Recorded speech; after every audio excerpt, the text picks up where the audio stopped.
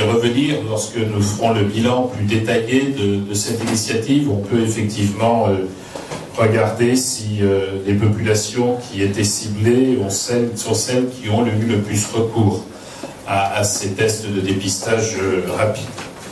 Il s'agissait aussi de faire la promotion du TROD, et de ce point de vue, je pense, et les chiffres le montrent bien, je vais y revenir, il s'agissait de faire la promotion du TROD, et je pense donc que cet objectif a été atteint, et d'autre part de favoriser l'accès au dépistage.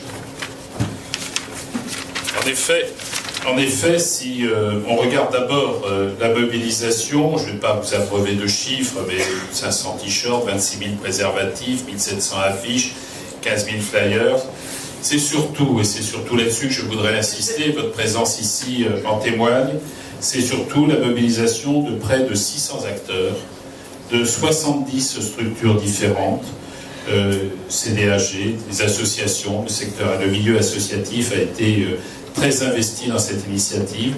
135 lieux ont été investis au cours de cette semaine et plus de 1500 heures d'actions de dépistage ont été proposées. Au total, au cours de cette semaine, c'est 5154 tests qui ont été réalisés, doublant ainsi les objectifs qui avaient été initialement envisagés.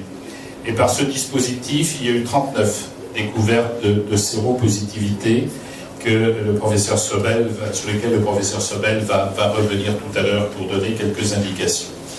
Je voudrais remercier toutes celles et tous ceux qui se sont mobilisés, celles et ceux que vous représentez ici ce soir. Je voudrais plus particulièrement remercier les diverses institutions qui ont permis l'organisation de cette semaine. Que la population qui est celle de l'Île-de-France et que l'on connaît, on ne dépiste que les gens qui ont envie de se faire dépister, parce qu'il y a quand même un acte personnel de venir même dans des opérations comme cela pour donner son doigt. Donc il y a un biais considérable de sélection déjà des personnes dépistées, et cela s'analyse d'ailleurs, et c'est extrêmement important pour mesurer l'impact d'opérations de ce genre.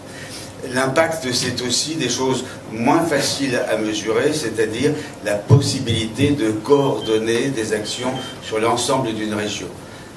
Et pour cela, l'action de l'ARS était très importante, évidemment, mais je suis très heureux que Claude Évin donne au Corévi, ou missionne les Corévi en aval, puisque notre statut, c'est justement de coordonner des actions dans la prévention, dans le dépistage et aussi dans les soins. Et donc, la semaine de flash test est une manière d'exemple, si vous voulez, ou de mise en œuvre d'une opération en temps réel. Alors, avec la lumière qui vient impartie, je vais essayer de vous détailler quelques chiffres, mais ça ne vous surprendra pas parce que c'est des chiffres finalement assez comparables à ce que l'on voit dans des centres de dépistage. Donc il y a eu 5000 tests, il y a eu un peu plus 5100, 4700 questionnaires qui ont été rédigés, donc qui sont exploitables en termes de rétrospective. Sur ces 4700 questionnaires, il y a eu 38 personnes, enfin 39 tests, dont un douteux qui n'a pas été confirmé, donc 38 tests affirmés positifs, ce qui fait un chiffre de 0,8%, enfin autour de 0,8% des personnes testées, et c'est ce qui est à peu près le résultat dans des opérations de dépistage habituelles. La répartition entre hommes et femmes est 63%, 26%, 10% restants étant des trans. Les pays de naissance, eh bien c'est 31% pour la France métropolitaine, je crois, 23% pour l'Afrique subsaharienne, 23%, c'est-à-dire 9 cas, hein, ce sont les cas, c'est 23% des 38, c'est-à-dire c'est un échantillon tout petit, sur lequel il est très difficile de faire des statistiques raisonnables. Les pourcentages, c'est pour vous les présenter, mais c'est pas très raisonnable de faire des pourcentages sur des chiffres aussi bas. Les prises de risque ont été conformes à ce que l'on peut attendre, c'est-à-dire 40%, 39,5% des personnes qui ont des relations sexuelles avec des hommes, 10% de trans, il y a peut-être un impact un peu plus important sur les groupes trans. Et ensuite, les femmes hétérosexuelles nées en France, femmes hétérosexuelles nées à l'étranger, etc. On retrouve les chiffres habituels que vous trouvez dans le bulletin épidémiologique ou autre.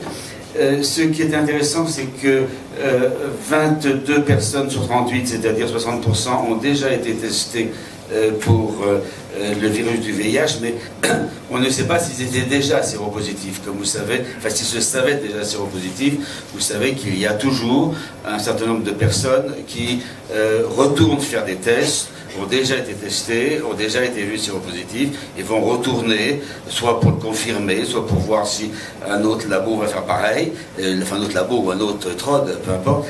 Et donc, ça, je ne peux pas vous le dire.